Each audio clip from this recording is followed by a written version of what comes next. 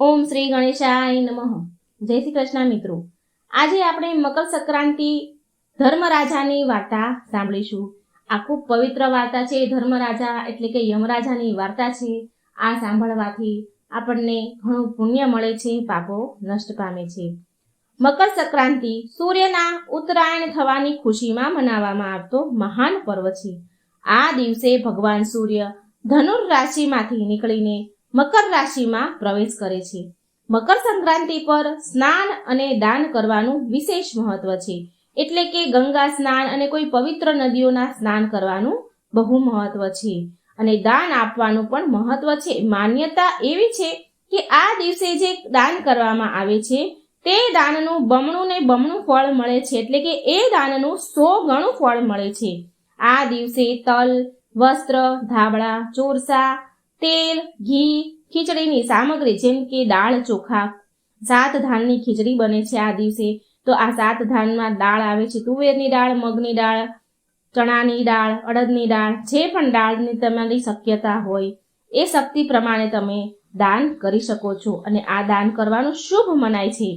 આ દિવસે ઘરોમાં ખીચડી, પુલાવ કે 7 ધાનની ખીચડી બનાવવાની પ્રથા પ્રચલિત છે. સનાતન માન્યતાઓ અને પૌરાણિક કથાઓ અનુસાર એક કથા એવી છે કે મકર સંક્રાંતિના દિવસે ભગવાન સૂર્ય તેમના પુત્ર શનિદેવના ઘરે મળવા જાય છે અને બીજી માન્યતા અનુસાર મકર સંક્રાંતિના દિવસે ભગવાન વિષ્ણુના પવિત્ર પગના અંગૂઠામાંથી નીકળેલા દેવી ગંગાજી ભગીરથના પાછળ ચાલીને કપિલ મુનિના આશ્રમેથી થઈને સાગરમાં મળી ગયા હતા. ભગીરથના પૂર્વજ મહારાજ સગરના 60,000 પુત્રને મુક્તિ પ્રદાન થઈ હતી. મકર સંક્રાંતિના દિવસે ગુણવતીએ યમરાજાની પૂજા અર્ચના કરી દાન, પુણ્ય અને શુભ કાર્યો કર્યા તો એને કેવી રીતે મોક્ષની પ્રાપ્તિ થઈ એ વિશે એક સરસ કથા પ્રચલિત છે. એ કથા આ પ્રમાણે છે. એક સમયની વાત છે. એક નગરમાં હરિદાસ નામના એક બ્રાહ્મણ રહેતા હતા. તેની પત્નીનું નામ હતું ગુણવતી. બ્રાહ્મણ અને તેની પત્ની એના વહુ અને દીકરા સાથે પ્રેમથી ખુશીથી રહેતા હતા. બ્રાહ્મણ હરિદાસ અને ગુણવતી ભગવાન વિષ્ણુના પરમ ભક્ત હતા. ગુણવતી બધા જ દેવી દેવતાના નિયમપૂર્વક વ્રત પૂજા કરતી, પરંતુ ધર્મરાજાની પૂજા એને ક્યારેય નથી કરી. અતિથિ મહેમાનોની સેવામાં કરવામાં એ ક્યારેય પાછળ નથી રહેતી. આ પ્રકારે સદાચાર અને ધર્મપરાયણથી તે તેનું જીવન સરસ જીવી રહી હતી. આમ સમય જતા ગુણવતીનું મૃત્યુ નજીક આવ્યું. એનો આયુષ્યકાળ પૂરો થયો, એનું મૃત્યુ થયું. ગુણવતીના ધર્મ કર્મના પ્રભાવથી યમદૂત તેને આદર માન સન્માન સહિત યમલોકમાં લઈ ગયા.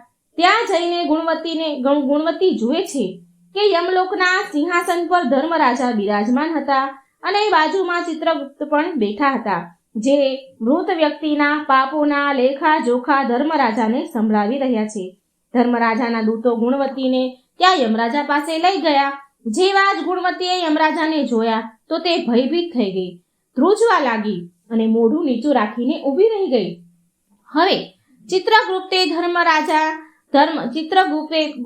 ધર્મરાજાએ ગુણવતીના પાપ પુણ્યના લેખાજોખા સાંભળવાનું કહ્યું. ચિત્રગુપ્તે ધર્મરાજાને ગુણવતીના જીવનકાળ દરમિયાન જે પુણ્ય કર્યા છે, પાપ કર્યા છે, એ કર્મો સંભળાવવા લાગ્યા. ચિત્રગુપ્ત કહે છે કે હે ધર્મરાજા, આ ગુણવતીએ સદાય પૂજા પાઠ અને ધર્મ કર્મમાં વિશ્વાસ શ્રદ્ધા રાખ્યા છે. ગુણવતી ભગવાન વિષ્ણુની પરમ ભક્ત છે. એટલે યમરાજા બોલ્યા, અરે આ તો બહુ સારી વાત છે. ભગવાન પ્રત્યે ગુણવતીની ભક્તિ જોઈને હું બહુ પ્રસન્ન છું. આમ બોલીને અચાનક યમરાજા ઉદાસ થઈને ચૂપ થઈ ગયા. એટલે ગુણવતી બોલી, પ્રભુ તમે ચૂપ કેમ થઈ ગયા અને ઉદાસ કેમ છો? કૃપા કરીને તમે મને આનું કારણ કહો. એટલે ધર્મરાજા બોલ્યા કે હે દેવી ગુણવતી, તમે વ્રત, દાન, પૂન, પૂજા પાઠ બધા જ દેવતાને સંતુષ્ટ કર્યા છે, પણ મારા નામનું તમે ક્યારેય દાન પુણ્ય નથી કર્યું. એટલે ગુણવતી બોલી કે હે પ્રભુ, મારો અપરાધ, મારી ભૂલ, મને માફ કરો. હું તમારી ઉપાસનાની વિધિ જાણતી ન હતી. તમે કૃપા કરીને આનો કોઈ ઉપાય બતાવો, જેથી મનુષ્યને તમારી કૃપા મેળવવાનો અવસર મળે. એટલે યમરાજા કહે છે કે મારી પૂજા માટે સૂર્ય ભગવાનના ઉત્તરાયણમાં જતા જ જે મહાપુણ્ય દેવાવાળી મકર સંક્રાંતિ આવે છે એ દિવસથી મારી પૂજા શરૂ કરવી જોઈએ. આ પ્રકારે આખું એ વર્ષ મારી કથા સાંભળવી અને પૂજા કરવી, યથાશક્તિ દાન અને પરોપકાર કરે અને આખું એ પૂરું વર્ષ થાય ફરી મકર સંક્રાંતિ આવે તો એનું ઉદ્યાપન એટલે કે ઉજવણું કરી દેવું.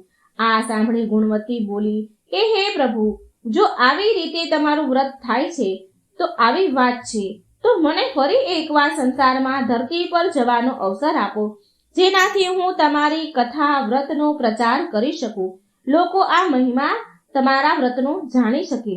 ગુણવતીની વાત સાંભળીને ધર્મરાજાએ ફરી સંસારમાં ધરતી પર જવાની ગુણવતીને સ્વીકૃતિ આપી અને એ જ સમયે ધરતી પર તેના મૃત શરીરમાં પ્રાણ આવી ગયા.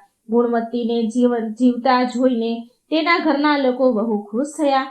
તેના પતિ બોલ્યો, હરિદાસ બ્રાહ્મણ બોલે છે કે ગુણવતી, તું પાછી આવી ગઈ, તું પાછી જીવત થઈ, આ પ્રભુનો કેવો ચમત્કાર છે.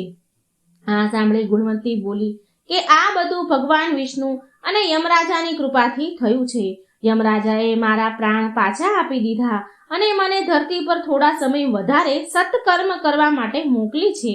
છોકરો અને વહુ એની માતાને જીવતા જોઈ બહુ ખુશ થયા. ત્યાર પછી ગુણવતીએ ધર્મરાજાની બધી જ વાત તેના પરિવારને કહી સંભળાવી. મકર સંક્રાંતિનો પર્વ આવ્યો તો ગુણવતીએ તેના પૂરા પરિવાર સાથે મકર સંક્રાંતિના દિવસેથી પૂરા વિધિ વિધાનથી ધર્મરાજાની પૂજા પાઠ કરી, કથા કરવાનું શરૂ કર્યું. મકર સંક્રાંતિના દિવસે ગુણવતી અને હરિદાસ ગરીબોમાં બહુ દાન પુણ્ય કરે છે.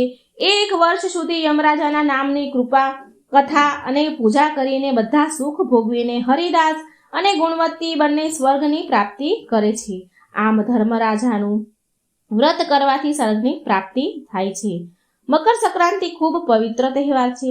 જ્યોતિષ શાસ્ત્ર અનુસાર મકર સંક્રાંતિના દિવસે સૂર્ય ઉત્તરાયણ થાય છે, એટલે આ દિવસે સૂર્યદેવ દક્ષિણની યાત્રા સમાપ્ત કરીને ઉત્તર દિશા તરફ આગળ વધે છે. આ દિવસે કરેલા દાનનું 100 ગણું અધિક ફળ મળે છે. મિત્રો, આ સરસ યમરાજાની એટલે કે ધર્મરાજાની વાર્તા હતી અને આની ઘણી પૌરાણિક કથાઓ નાની નાની પણ છે કે મકર સંક્રાંતિના દિવસે પિતૃઓને તર્પણ અને ધ્યાન કરવાથી પુણ્ય ફળ આપવા વાળું ગણાય છે. ભવિષ્ય પુરાણ અનુસાર એક પૌરાણિક કથા વર્ણિત છે કે મકર સંક્રાંતિના દિવસે સૂર્યદેવ શનિદેવને મળવા જાય છે, કેમ કે શનિદેવ મકર રાશિના દેવતા છે. આ કારણે આ દિવસે મકર સંક્રાંતિનું નામ પડ્યું. બીજી કથા અનુસાર મકર સંક્રાંતિનું વર્ણન મહાભારતમાં પણ મળે છે.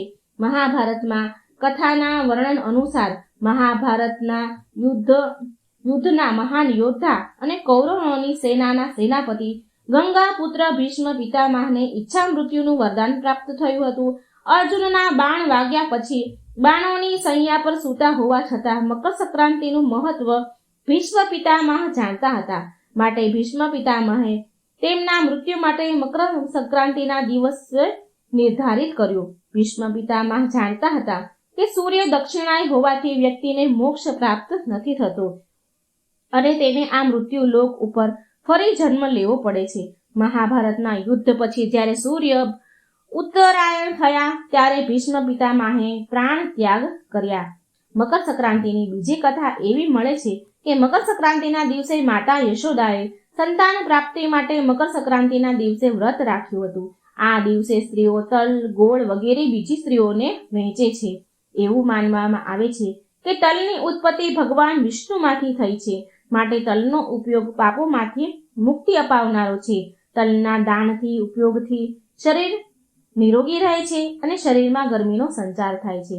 તો મિત્રો, આ હતી પવિત્ર ખૂબ પુણ્ય આપનારી મકર સંક્રાંતિની પવિત્ર પૌરાણિક કથા.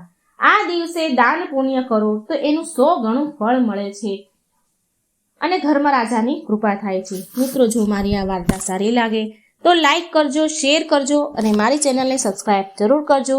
કોમેન્ટ બોક્સમાં ભગવાનનું નામ પણ જરૂર લખજો. જય શ્રી કૃષ્ણ. રાધે રાધે. Thank you.